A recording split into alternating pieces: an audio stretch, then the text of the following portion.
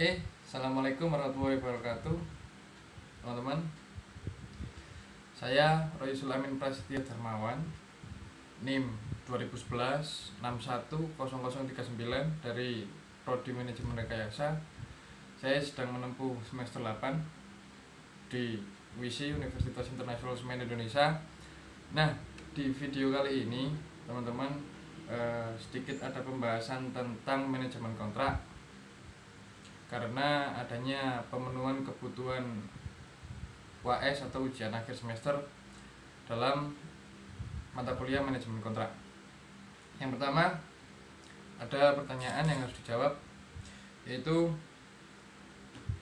alasan mengambil mata kuliah manajemen kontrak. Yang pertama adalah untuk menambah wawasan dalam manajemen kontrak, dalam artian kita yang belum tahu tentang apa itu manajemen kontrak, apa itu contracting, apa itu drafting kontrak, lalu syarat-syarat dan ketentuan kontrak itu akan kita temui di manajemen kontrak, atau istilahnya memanajemenisasi kontrak. Oke. Lalu yang kedua, apa saja yang sudah diperoleh dari mata kuliah manajemen kontrak? Sebenarnya ini banyak yang sudah diperoleh. Di antaranya ada jenis-jenis kontrak, macam-macam kontrak, lalu dasar kontrak, syarat dan ketentuan kontrak, bagaimana drafting kontrak, acuan kontrak yang digunakan dalam negara Indonesia dan internasional. Sekiranya itu adalah garis besar apa saja yang sudah didapatkan dalam mata kuliah manajemen kontrak. Nah, lalu masuk ke poin ketiga, pertanyaan ketiga ya. Jelaskan perbedaan antara istilah manajemen kontrak dengan pembuatan kontrak. Nah, pembuatan kontrak dan manajemen kontrak ini adalah hal yang berbeda ya. Karena kan pembuatan kontrak ini kita draft sebuah kontrak, sedangkan manajemen kontrak ini adalah bagaimana kita memanajemenisasi kontrak tersebut, yang artinya ada dua step.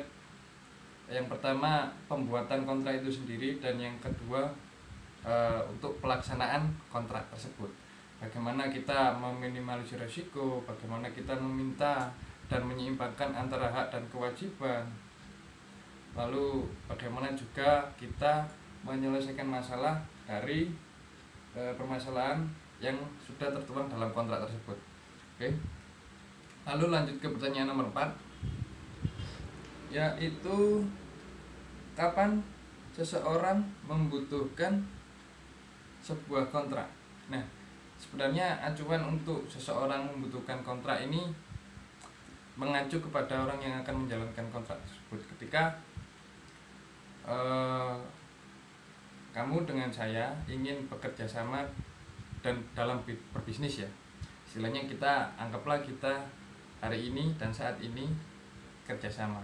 Ketika saya menginginkan untuk safety dan saya menginginkan untuk meminimalisir adanya resiko yang terjadi ketika kita bekerja sama, maka disitulah saya membutuhkan kontrak. Karena kontrak yang pertama adalah dia terikat dengan hukum, dan yang kedua sudah tertulis dengan jelas dan ditulis di atas kertas, ditandatangani juga oleh pihak-pihak yang bekerja sama antara hak dan kewajiban, syarat dan penyelesaian masalah dari kontrak tersebut. Oke, lanjut ke nomor 5 atau pertanyaan 5, yaitu jelaskan tahapan-tahapan manajemen kontrak. Nah, seperti yang kita jelaskan tadi, tahapan pada manajemen kontrak itu dibagi menjadi dua. Jadi dua ya, yaitu yang pertama drafting kontrak, lalu pelaksanaan kontrak itu sendiri. Jadi dua ya, dua ya, gini dua. Oke. Lalu masuk ke pertanyaan ke-6, yaitu mengapa kontrak menjadi hal yang penting dalam sebuah perjanjian. Nah, kontrak menjadi penting karena di dalam kontrak tersebut ada beberapa legalisasi hukum. Legalisasi hukum yang memperkuat kontrak tersebut sehingga kontrak tersebut menjadi kuat dan acuan seseorang untuk tidak melakukan hal yang semena-mena, atau istilahnya antara kedua belah pihak ini, antara pihak A dan pihak B, tidak semena-mena melakukan apapun terhadap bisnis maupun apapun yang sudah dia tuangkan dalam kontrak. Seperti itu. Nah, lalu masuk ke pertanyaan selanjutnya. Apa saja yang perlu diperhatikan dalam pelaksanaan manajemen kontrak? Nah, dalam pelaksanaan manajemen kontrak yang perlu diperhatikan secara garis besarnya adalah bagaimana kita meminimalisir resiko yang akan terjadi pada sebuah bisnis ataupun kerjasama ataupun apapun itu yang sudah tertuang dalam kontrak, atau bisa juga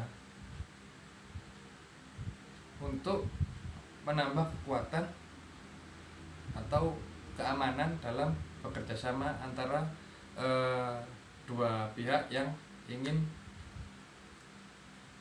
bekerja sama, seperti itu.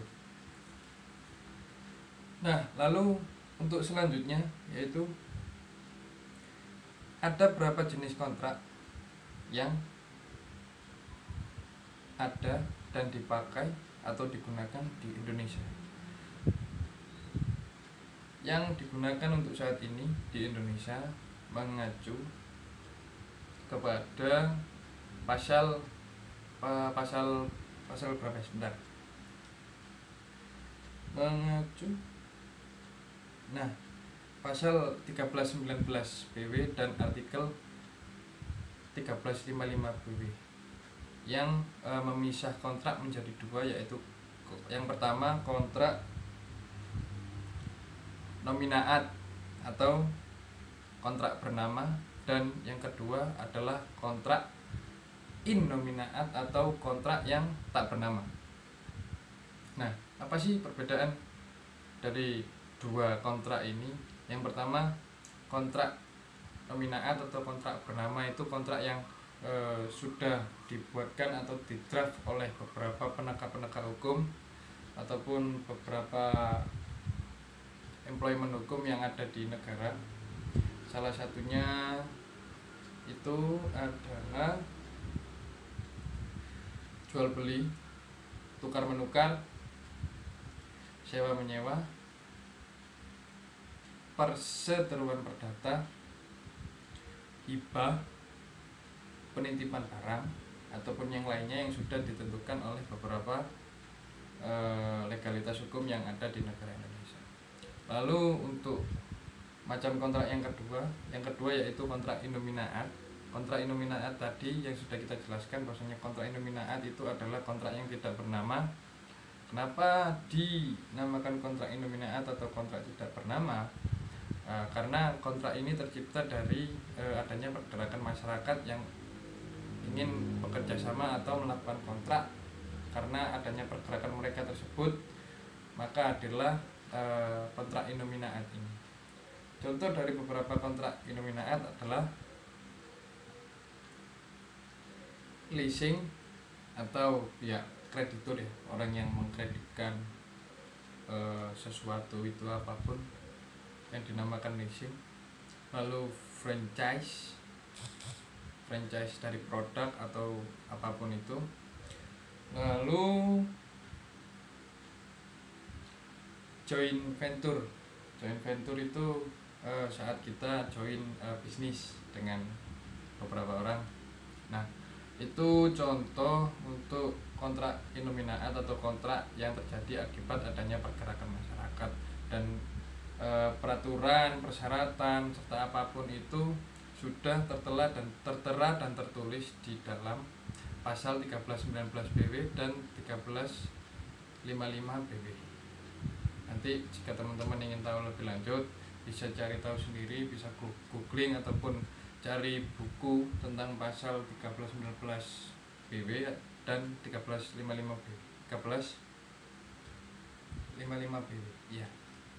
Lalu lanjut, pertanyaan selanjutnya yaitu siapa saja yang berhak melakukan kontrak. Nah, terkait siapa saja yang berhak melakukan kontrak ini, semuanya itu berhak dan boleh melakukan kontrak, tetapi dengan beberapa syarat. Dia mengetahui tentang bisnis tersebut, dia paham dengan kontrak, dia mengetahui isi dari kontrak, yang artinya dia tahu dan dia bisa untuk melakukan kontrak, dia boleh melakukan kontrak. Oke. Lalu lanjut, pertanyaan terakhir yaitu apa saja yang membuat kontrak itu tidak dikatakan tidak valid. Nah, kontrak dikatakan tidak valid jika isi dari kontrak tersebut kerjasamanya tidak seimbang atau sepihak, atau membebankan salah satu pihak. Yang satu dia diberi benefit lebih dan yang satunya benefitnya kurang, ataupun merugikan seseorang ataupun orang banyak yang ada dalam kontrak tersebut, maka kontrak dikatakan tidak valid. Maka dari itu, teman-teman yang ingin melakukan kontrak harus mengetahui isi dari kontrak tersebut. Lalu teman-teman bisa cari tahu apa saja hak dan kewajiban yang teman-teman dapat dan teman-teman lakukan dalam kontrak tersebut. Mungkin sekian video kali ini ya teman-teman. Untuk video selanjutnya nanti teman-teman tunggu. Oke. Terima kasih. Assalamualaikum warahmatullahi wabarakatuh.